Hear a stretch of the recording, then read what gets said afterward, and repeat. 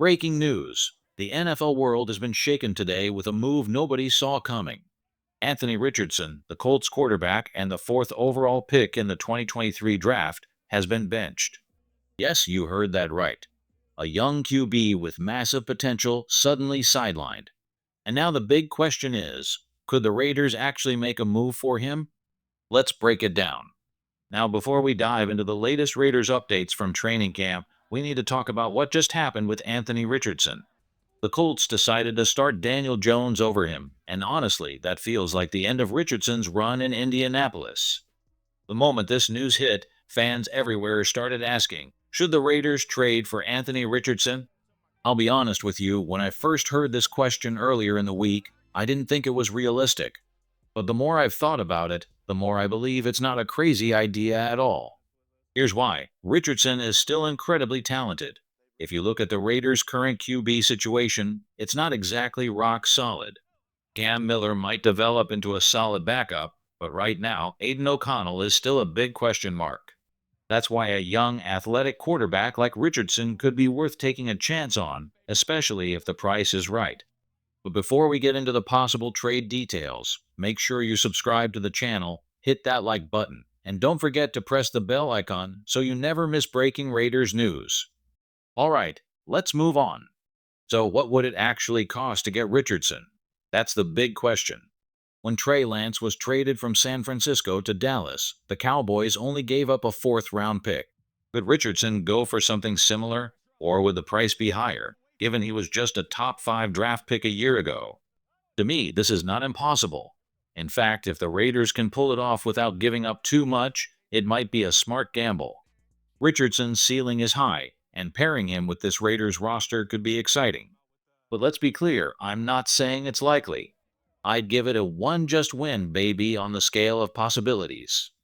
Still, the idea is out there, and it's definitely worth keeping an eye on.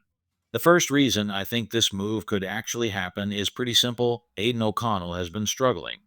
We can all see it, and clearly, so can Pete Carroll. Just this week, Carroll talked about O'Connell's performance, and it wasn't exactly glowing praise. He said O'Connell slows down the offense, that the team isn't moving from the huddle to the snap as quickly when he's under center.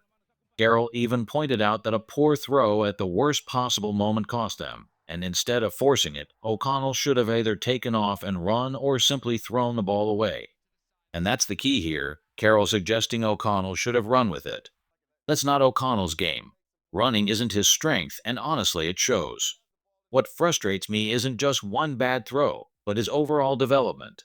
This season, instead of stepping forward, it feels like he's taken a step back. Sure, he's had different offensive coordinators, from Josh McDaniels to Luke Getsy, but the results are hard to ignore. His stats aren't impressive, and even his lone touchdown came in the preseason against backups. That's not the kind of growth the Raiders need right now. The second reason I don't think an Anthony Richardson trade is out of the question ties directly back to Carroll again. Remember what he said about Richardson back in 2023. Pete made it clear he was a fan. In fact, Seattle flew across the country just to watch Richardson up close. Carroll called him maybe the best athlete ever drafted at the quarterback position. That's not small praise. And here's the thing about Pete Carroll at 73 years old, he doesn't waste words. If he says something, he means it. So the fact that he openly praised Richardson at a time when Geno Smith was already his guy tells you a lot. It shows how highly he views Richardson's talent. Here's another reason why the idea of bringing in Anthony Richardson actually makes sense: development. Every young quarterback needs the right environment to grow, and Richardson is no different. Think about what Pete Carroll once said about Geno Smith. Geno is a professional, someone who knows how to prepare, how to handle the spotlight, and how to carry himself as a leader. That's exactly the kind of player Richardson would benefit from learning behind. And here's the exciting part for the Raiders. It's not just about the players. It's also about the staff and the front office. This Raiders organization now has people who understand how to get the best out of quarterbacks. And let's be honest, there may not be a quarterback alive with more upside than Richardson. His raw talent is off the charts. We've seen guys like Josh Allen, Patrick Mahomes, and Lamar Jackson all develop into stars once they had the right coaching. Richardson has that same kind of potential. If he sharpens his passing game, the ceiling is sky high. History proves this point. Josh Allen struggled with accuracy in college, barely completing 54% of his passes at Wyoming. But with the right coach in Brian Dabble, he transformed into one of the league's most dangerous weapons. We've seen Tom Brady make the most out of his teammates and elevate entire rosters. Pete Carroll revived Geno Smith's career when everyone else counted him out. Russell Wilson was doubted too, until the right system helped him shine. Even Chip Kelly has been able to mold multiple quarterbacks into winners. And look at quarterback coaches like Greg Olson, widely respected, with experience working alongside Sean McVay, Matthew Stafford, and even Derek Carr. These are the kinds of minds who know how to build quarterbacks from the ground up. One more important piece. The Raiders' front office now includes Anthony Patch and Brandon Hunt, both coming from the Philadelphia Eagles. And what did the Eagles do? They developed Jalen Hurts. Remember, Hurts was a college quarterback people doubted. Some even said he couldn't throw well enough to play in the NFL. But with patience and the right system, he turned into a top 10 quarterback. That blueprint, taking raw athleticism and turning it into polished success, is exactly what could work for Richardson. Here's what makes this even more interesting. The Raiders now have people in the building who know how to develop quarterbacks. Two key personnel figures came over from Philadelphia, where they were right-hand men to Howie Roseman, the same front office that helped build around Jalen Hurts. Add them to the Raiders' coaching staff and current front office, and suddenly you've got the right mix of minds to take on a project like Anthony Richardson. And the best part? Time is on their side. With Geno Smith locked in on a multi-year deal, Richardson wouldn't be rushed into action. He's younger than both Cam Miller and Aiden O'Connell, which means his ceiling is still wide open. That's real upside. Now let me be clear about something. I don't expect every Raiders fan to agree with me. In fact, I'd rather you don't always agree, because the point here is to spark healthy conversations. What I want is for Raiders fans to consider every possibility, ask questions, and look at the bigger picture. That's how we all get smarter as fans of this team. And since we're talking about possibilities, let's dig into the big one. What would a trade for Anthony Richardson actually look like? If the Raiders were to make a move, what kind of price tag are we talking about? That's what we'll break down next. Late last night, I sat down and really thought about what a trade for Anthony Richardson could look like. And after weighing the options, here's the deal I'd put on the table for the Indianapolis Colts. The Raiders would send Aiden O'Connell plus a fifth-round pick in exchange for Richardson. Simple as that. Why does this make sense? For Indy, if they're really moving on from Richardson, they're going to need a reliable backup behind Daniel Jones. O'Connell might not be flashy, but he fits that role well, steady, dependable, and still developing. That gives the Colts some insurance at quarterback. Now let's talk value. Some people have suggested giving up a third and fourth round pick, but that feels like too much. Look at Trey Lance. The 49ers spent 3 first-rounders to draft him, and when they gave up, Dallas got him for just a fourth.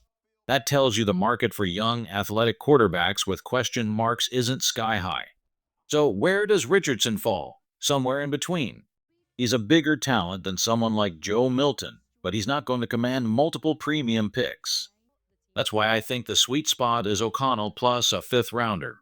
And don't forget, the Raiders are set to receive compensatory picks, which makes giving up one fifth-round pick much easier to swallow. From the Raiders' perspective, you're essentially swapping a quarterback with a limited ceiling for one with an incredibly high upside. And you're doing it without mortgaging the future. So here's the question for you. Who wins this trade? Would it be the Colts for getting a steady backup and a draft pick? Or the Raiders for taking a shot at a possible franchise quarterback? Here's the way I see it. This trade could be a win for both sides.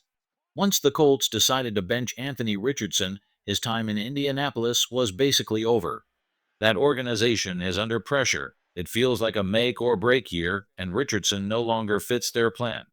Now, I know some fans won't like the idea of giving up Aiden O'Connell and a fifth-round pick, but you have to look at the bigger picture. O'Connell doesn't bring much upside. Richardson does. The catch is that it might take years to fully develop him. But if you're willing to be patient, the payoff could be huge. And here's something important. Richardson could actually help the Raiders right away. How?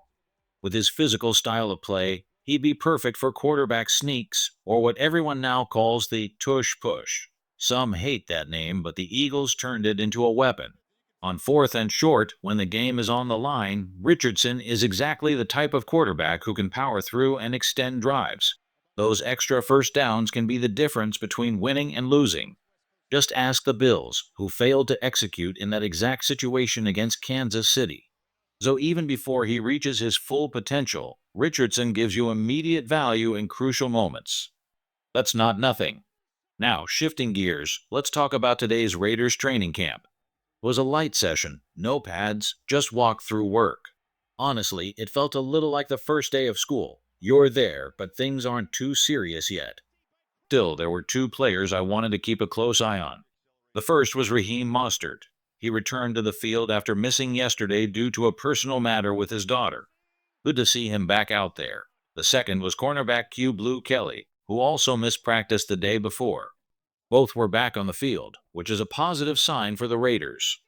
One of the big names I've been keeping an eye on is Q Blue Kelly. Health was the main question. Would he be ready to go for that final preseason game? Well, today he was back on the field, and that's a great sign. Same with Raheem Mostert. After missing time, he returned to practice as well. Having both of them out there is encouraging, not just because they're available, but because it means they can start building more momentum before the season kicks off. What stood out about Kelly's usage is how versatile he looked.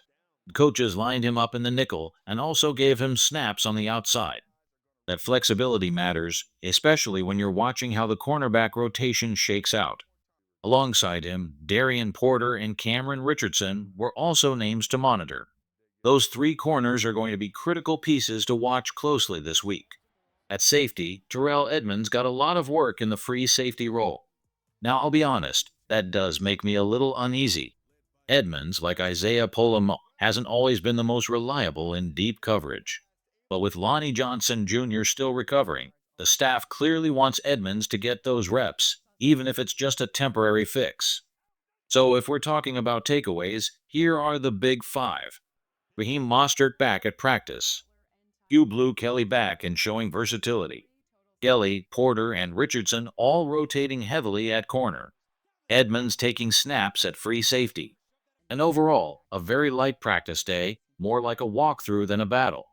The bottom line, the Raiders didn't push hard today, but they got two important players back on the field, and that's exactly what you want to see heading into the final tune-up before the regular season.